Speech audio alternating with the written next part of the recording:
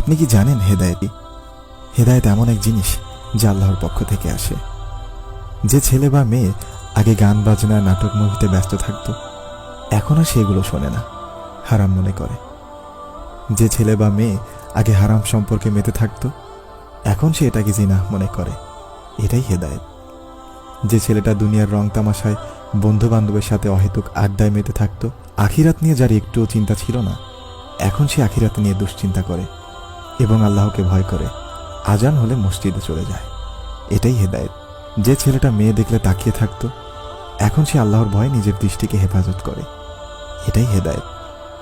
যে মেয়েটা পর্দা করত না, বেপরোয়াভাবে চলাফেরা করত, এখন সে আল্লাহর ভয়ে পর্দা করে চলে। এটাই হেদায়েত। যে রাতের অন্ধকারে পর্নোগ্রাফিতে আসক্ত ছিল, এখন সে এটাকে জিনাহ মনে করে দূরে থাকে। এটাই হেদায়েত। যে ছেলে বা মেয়ে আগে মায়ের সাথে খারাপ আচরণ করত, এখন সে তার বাবা মার সাথে সবচেয়ে ভদ্র ও নম্রভাবে কথা বলে। যে ছেলেটার চাওয়ার শেষ ছিল না, এখন সে আল্লাহর ফায়সালার উপরে সন্তুষ্ট থাকে। এটাই হেদায়েত। যে ছেলে বা মেয়ে আগে মৃত্যুর কথা স্মরণই করত না, এখন সে জাহান্নামের শাস্তির ভয়ে আল্লাহর দরবারে কাঁদে। এটাই হেদায়েত।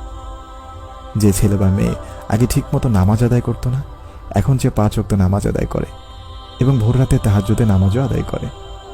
এটাই হেদায়েত। যে হারাম ছেড়ে কষ্ট করে হালাল খোঁজে, সেটাই হেদায়েত। অন্তরে আল্লাহর ভয় অনুভব করাই হেদায়েত। সুতরাং আল্লাহ আমাদের সবাইকে তওবা করে ফিরে আসার তৌফিক দান করুক। আমিন।